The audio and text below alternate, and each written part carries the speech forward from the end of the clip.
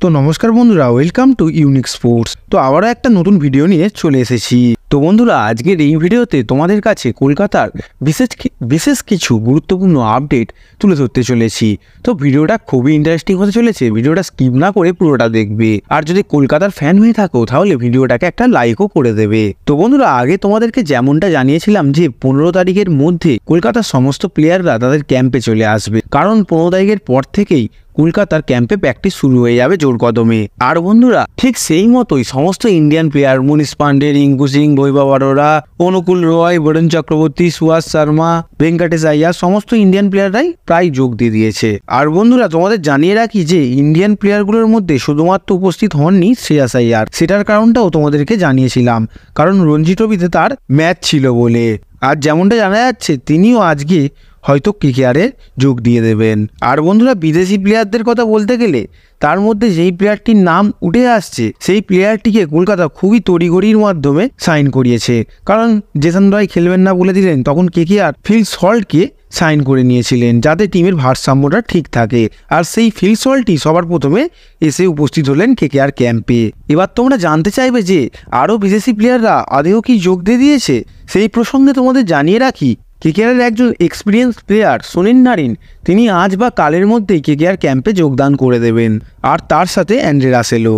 আফগানি দুই প্লেয়ারের কথা বললে গুরবাজ আর মুজিব, এই দুটো প্লেয়ার কিছুদিনের মধ্যেই যোগদান করে দেবে।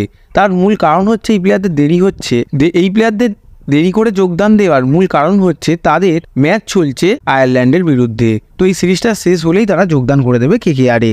আর সবচেয়ে আনন্দ বিষয় কেকেআর ফ্যানদের জন্য যে মুজিবুর রহমান নাকি এখন পুরোপুরি ফিট রয়েছে, যেটা সোর্সের মাধ্যমে জানা যাচ্ছে। এবারে বলি, 2024 আইপিএলে অকশানে যেই প্লেয়ারটিকে নিয়ে প্রচুর হাইপ তৈরি হয়েছিল এবং গোটা আইপিএলের ইতিহাসে সবচেয়ে দামি প্লেয়ার কেকেআরের মিচেল স্টার্ক, এই প্লেয়ারটি কবে আসছে কলকাতার ক্যাম্পে।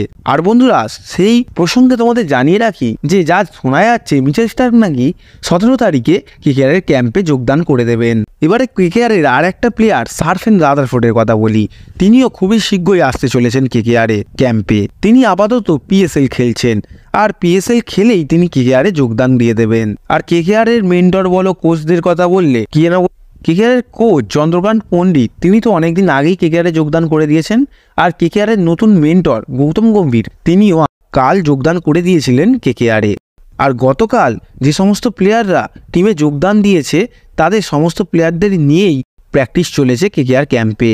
আর সেই প্র্যাকটিস ভিডিওতেই আমরা দেখতে পারি তারা এক নতুন জার্সি পরে প্র্যাকটিস চালাচ্ছে। আর বন্ধুরা, যা বোঝা যাচ্ছে যে কেকেআরের 2024-এর এইটাই হয়তো নিউ প্র্যাকটিস জার্সি হতে চলেছে। এবার বন্ধুরা, তোমাদের মনে প্রশ্ন আসবে যে কেকেআরের আসল জার্সি কবে রিভিল হবে, কারণ সমস্ত টিমের জার্সি তো রিভিল হয়েই গেল। বন্ধুরা, যা খবর পাওয়া যাচ্ছে যে 18ই মার্চ এক বড় অনুষ্ঠানের মাধ্যমে কেকেআরের জার্সি রিভিল করা হবে। বন্ধুরা, যতদূর আপডেট পাওয়া যাচ্ছে কেকেআরের প্রথম দিনে প্র্যাকটিস ক্যাম্পে প্র্যাকটিস দুর্দান্তভাবেই চলেছে। আর এইসব বিষয়েই নানান যেগুলো তথ্য পাওয়া গেছে সেগুলোই তোমাদেরকে জানানোর ছিল। আর কিছু আপডেট পাওয়া গেলে তোমাদেরকে জানিয়ে দেবো। আজকের ভিডিওটা এতটুকুই। ভালো লাগলে লাইক করো, আর চ্যানেলে নতুন হলে চ্যানেলটিকে সাবস্ক্রাইব করে নাও। পাঠিয়ে দিচ্ছি।